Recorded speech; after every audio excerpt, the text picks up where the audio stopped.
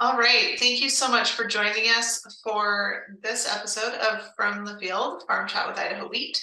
I am Brittany, I'm the Executive Director of the Wheat Commission, and we are joined today by Sarah Wines from the University of Idaho. I will let you introduce yourself in just a minute, Sarah, but I just want to remind everyone that this episode will be posted to our YouTube channel and to our podcast platform. So if you have friends or neighbors that you think would benefit or find interest in this episode, please feel free to share it. It should be up by the end of the week. And if you have questions, you can either unmute your microphone, use the reactions button at the bottom of the screen, or type your question into the chat and we'll make sure Sarah gets it. So Sarah, why don't you go ahead and introduce yourself, tell us about your background, who you are, what you do. All right. My name is Sarah Wines. I am the lab supervisor for the wheat quality lab for the University of Idaho. We are located in Aberdeen, and I'll quick pull up my presentation just real quick because it kind of has some pictures to help with that. So here we go. So, like I said, University of Idaho, Wheat Quality Lab. There are three of us, including myself, Erica Zebarth and Lyona Anderson. They have been here a while, so they do a lot of the work, and I basically just help facilitate, bring in the funding, and just the three of us collaborate a lot together in this lab. And what we primarily do is we are an agricultural research lab. We are funded by the Idaho Wheat Commission, and we process anywhere between 5,000 to 7,000 wheat samples per year. We collaborate with researchers both within and out of the University of Idaho. And our lab specifically can run up to about 9 different tests. So we can do near infrared spectroscopy analysis on the flour, and as well as on a rough grist grind of the wheat. We do cookies, we do mixographs, which I could get into later if we want to get into what that is. We process breads, noodles, and sedimentations, as well as SRCs. So kind of what this would look like would be so this is our wheat milling lab. So you can kind of see the bray bender, the mill off to the right, as well as some of the sieves in the background. So this is kind of where we process the grain into flour and weigh up different components of how that wheat has milled. Then we have, so kind of at the end, we have a couple of jars full of flour. Obviously, we do more than just 2 a day, but give you a brief idea, we have a couple of jars worth of flour, and then we move on to the NIR, where we can run a spectroscopy analysis that can give us protein and moisture, ash content, starch, fiber, and a couple of other parameters, fat. One of them is fat, and that's just on the flour. For the rough grist grind, we primarily get moisture and hardness. So then from there, we can just go on to processing the flour into various little bakes. So soft wheat will go into cookies, hard wheats will be processed into mixographs and then into a bread. And then some of the soft white flour we will make into a basic noodle that we test for color specifically, not for taste, not for baking, but specifically for color. And that's it. So how many tests and what are the different kinds, but how many do you run in a year? So it really varies per year. For last year, we ran a little over 5,000. In previous years, it has been a lot more, with various things that have been happening. We have been getting a few fewer samples in the past 2 years, but anywhere between about 5 to even 9,000, but generally about that range. What's your favorite test to run? I really like bread because I like the different components that go into the breads, where it's not just like throwing flour into a liquid solution and then seeing what happens. There's the proofing, there's the rise, there's, the chemistry that happens within the oven. So there's all different kinds of components with a bread that you can see, and it really smells good. I love bread. Sarah, are all the tests equally important, or is what tests are most important in assessing the end use quality? It really depends. It really depends on what the researcher's looking for. So some of our researchers that we collaborate with, they're very interested in early selection profiles. And so we will only do a rough grist grind, and then we'll do sedimentation. And sedimentation is a quick and dirty process for determining quality, especially in early selections. So that's really important. Whereas a full bake, especially considering that if we're taking a sample all the way through to a bake, it takes a lot of time. So if a researcher is interested in a quick turnaround for planting the next generation of selections, they want the SEDS. However, if the researcher is at the end of the process for selecting for a potential variety, then they definitely want the full bake, and the full bake is extremely important. It also depends upon whether you have hards or softs. So softs go through solvent retention capacity, the SRCs, and that's also extremely important. Whereas the hards do not. The hards do not generally go through SRCs. Okay, that was my next question is, are there specific tests for hard white or soft white? Yes. So softs don't go through mixographs either. So mixograph is generally a basic glimpse into what your hard would look like for a bake. It looks like a seismograph, and it is measuring the torque of the gluten development. So it gives us a time for peak gluten development for mixing. So it gives us a mixing time. It gives how much water we should be adding into the dough to have optimal moisture within that dough. And it gives us a tolerance for over mixing, because gluten will deteriorate the longer you mix. You don't bake a bread from a soft, so softs do not go through mixographs. Can you explain the SRC? Yes. So SRCs, it's short for solvent retention capacity. So you typically take your flour and you introduce different solvents to it. There's lactic acid, sucrose, water, and I always forget sodium carbonate to the various flours, and the absorption of that solvent can tell you the quality of your proteins. So and that's kind of like the basic. I'm not, if you really want me to go into the super science, I'll have to bring up some notes. No, basics are good. Okay. We have a question in the chat. Mm-hmm. What opportunities do you see for future expansion of the lab capabilities?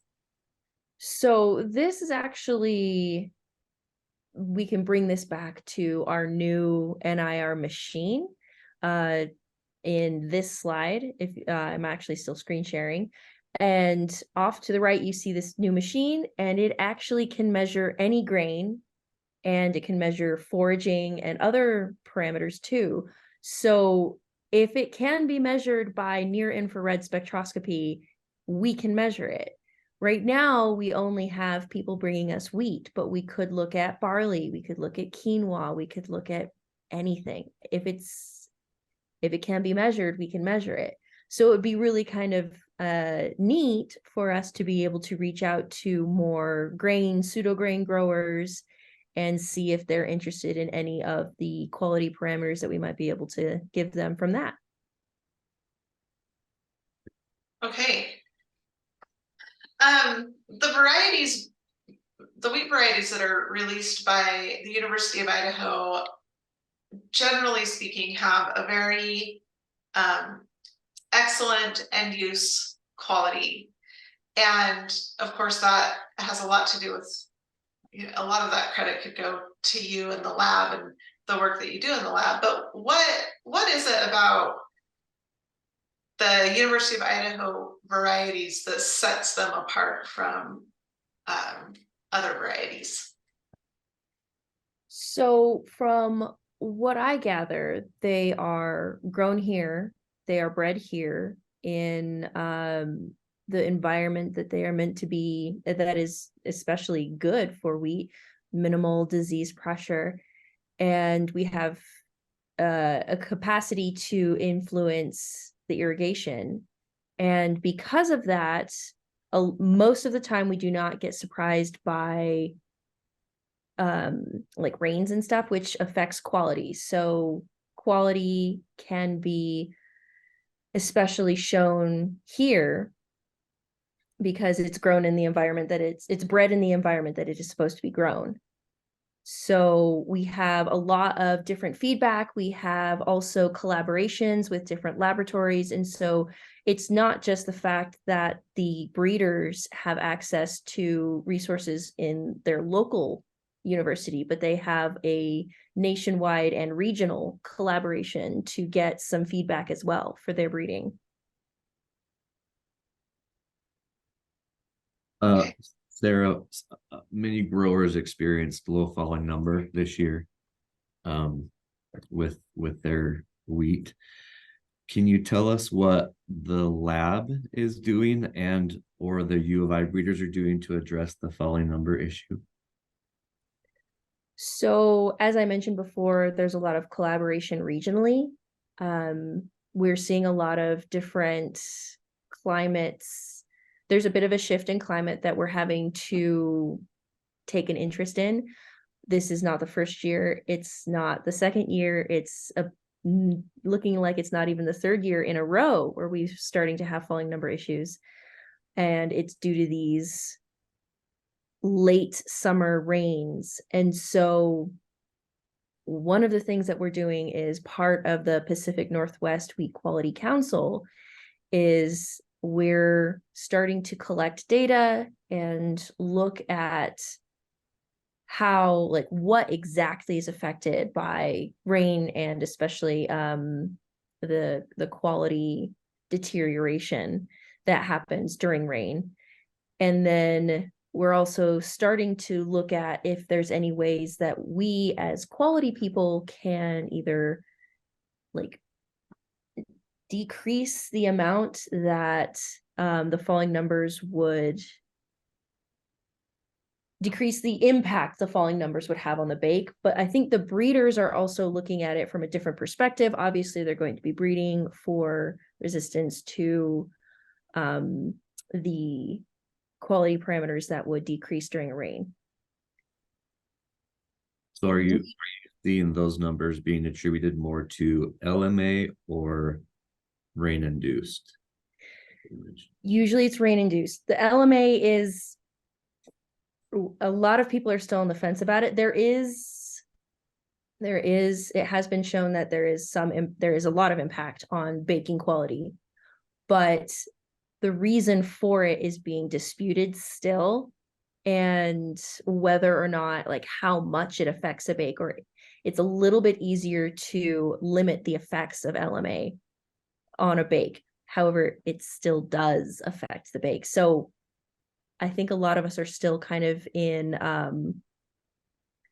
we're still debating about what can be done and whether it's like a super big deal or if there's things that we can do about it, unlike a late harvest rain. So are breeders able to test and select for varieties that have reduced LMA? I believe so. Okay. I will admit I am not as solid on the breeding aspect. I do not come from a wheat breeding background. So, Sarah, why why does the lab matter? I mean, who are you running tests for beyond the wheat breeders? Is there anyone outside of the University of Idaho wheat breeders that you're running tests for? Why should we, or why should farmers care about the lab and the work that you do and continue to help fund those projects? So even though oftentimes we are one of the last things that is tested, if it doesn't bake well, it doesn't matter what your yield looks like. If the mill doesn't want it because it doesn't bake, then despite the fact that your yield was top, if there's no quality to the proteins within your wheat, it's not going anywhere. So breeders need to know, okay, this does well in the field. How does it do in the kitchen? How does it do in the mill? Because that's ultimately what you're using it for. They call it end use quality for a reason. And the breeders need to know this parameter. This is one of arguably the most important parameter after yield and certain agronomics of that variety or potential variety. So with growers and with people outside of the University of Idaho, we do collaborate with researchers outside of the University of Idaho from the University of Utah or Utah State University. We have done a few collaborations with the Nutrien with their breeding program. And we do a regional collaboration through the Pacific Northwest Wheat Quality Council. And we are constantly focused on how does this affect, how does the quality affect what it will be used for? So, I mean, I think that kind of answers it. Yeah. Yeah, it's okay. Are there tests that you don't run now that you would like to be able to run if you had the equipment or the resources to do them? I have actually been wanting to look into being able to run falling numbers ourselves. We don't have a machine that runs falling numbers. We usually get our falling numbers from the researchers themselves. But it would be kind of fun to have that whole process from falling numbers all the way through. There's also, I have been curious about an alveolograph, which shows a bit more of an in-depth quality parameter before like a bread bake. Most of that though, and I'd also like to look into certain quality parameters for whole wheat, considering that's not really who we collaborate with. I don't know if it's something that the people around, the researchers and the growers around us would be super interested in, but I've always been interested in quality parameters of whole wheat. All right. So if you had a fairy godmother or a genie in a lamp or whatever, your three wishes, what would they be for the lab?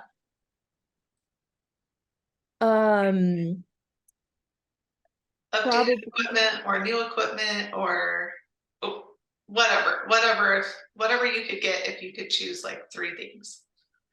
I wouldn't mind a new building with new equipment. New building, new equipment would be up there. That's the first two. The third one would probably be more outreach. I would really, really want more people to be able to know about us. And if they need us, then we would gladly be able to process any kind of wheat into, or not even wheat, we can do barley, we can do anything. If they want to know moisture and protein, especially about their wheat or their grains or pseudo grains, we could put it on the NIR. I'd love to have more people utilize this lab. And when you say more people utilize it, do you mean like farmers would get their wheat tested by you for some reason, or elevators, or Anybody.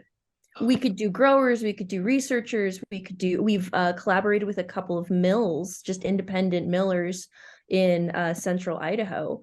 They've sent some of their they've sent rough grist to us as well as processed flour to us, and we've run it on the NIR. I would like to have a lot more anybody coming through.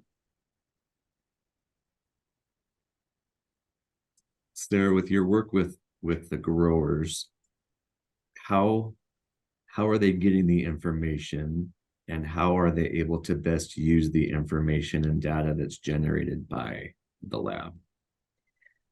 I actually do not have a direct line to any growers. However, what I do in the lab is published through the small grains report out of the Marshall lab, as well as we do the collaboration with the Pacific Northwest Wheat Quality Council, and a lot of growers and industry people show up to that conference that we have once a year in January. And that is primarily the most direct contact that I have with growers. Okay, so data from the lab is published in the annual small grains report. Yeah. Okay. And does the lab provide information or contribute to the preferred variety? Yes, we contribute to the preferred variety. We send all of the information that we have to Alicia over in Washington.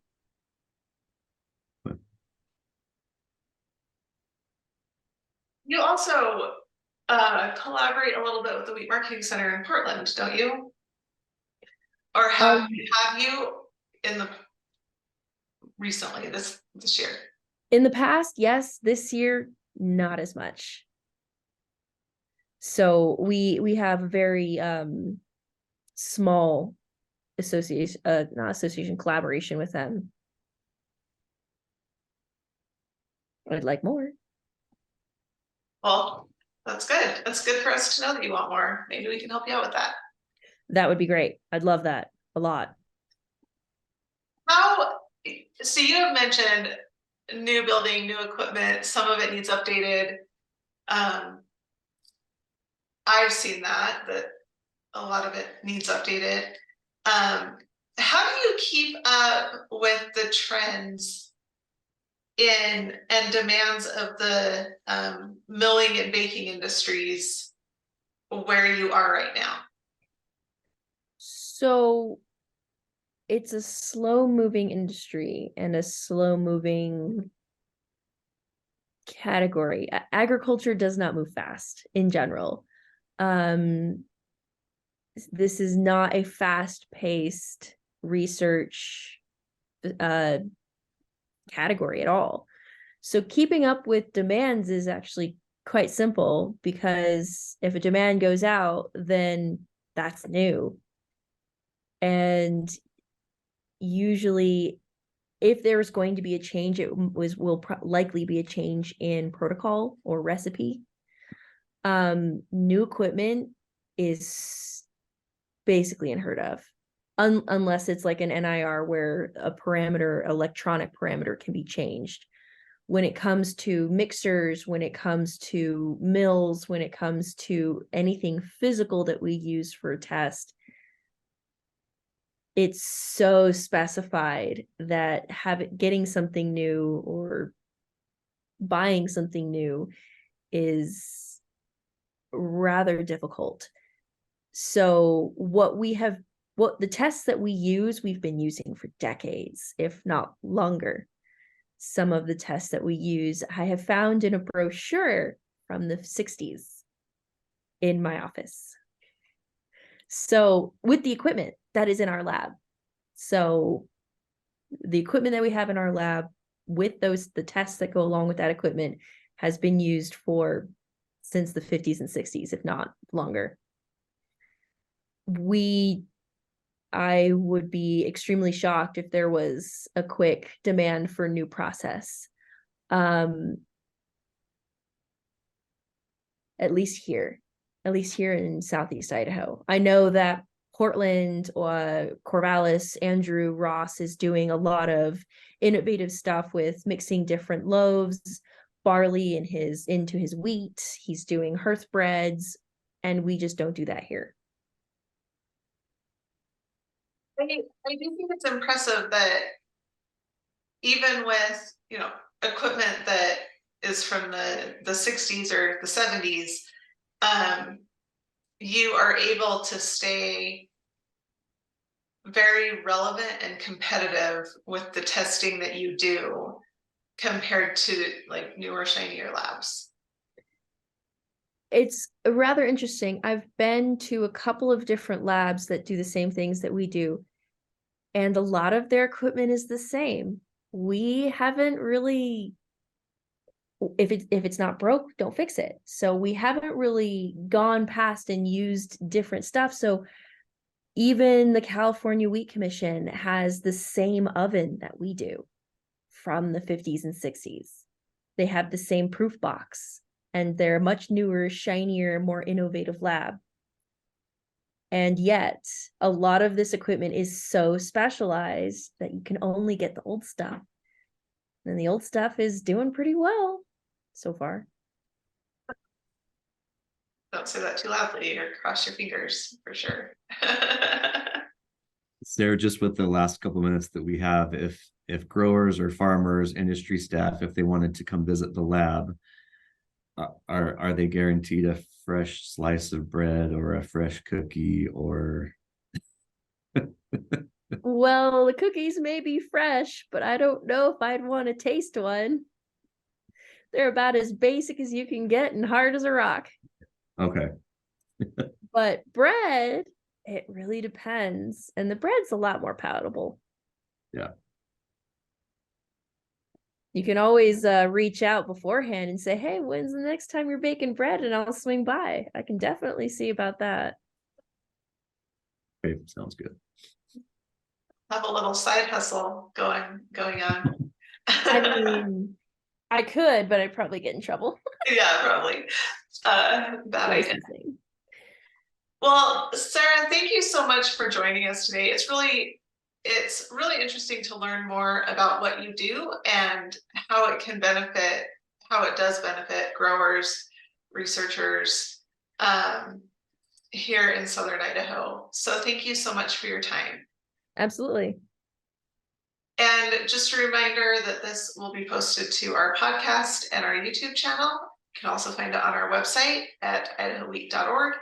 So you can share the link and let your friends and neighbors know exactly what Sarah is doing in the lab and the incredible work she's doing on behalf of the wheat industry there. So thank you again. We will see you back here for our next From the Field, which we are taking a holiday hiatus. So we will see you in January. So stay tuned for more information on those. And thank you so much. You're welcome.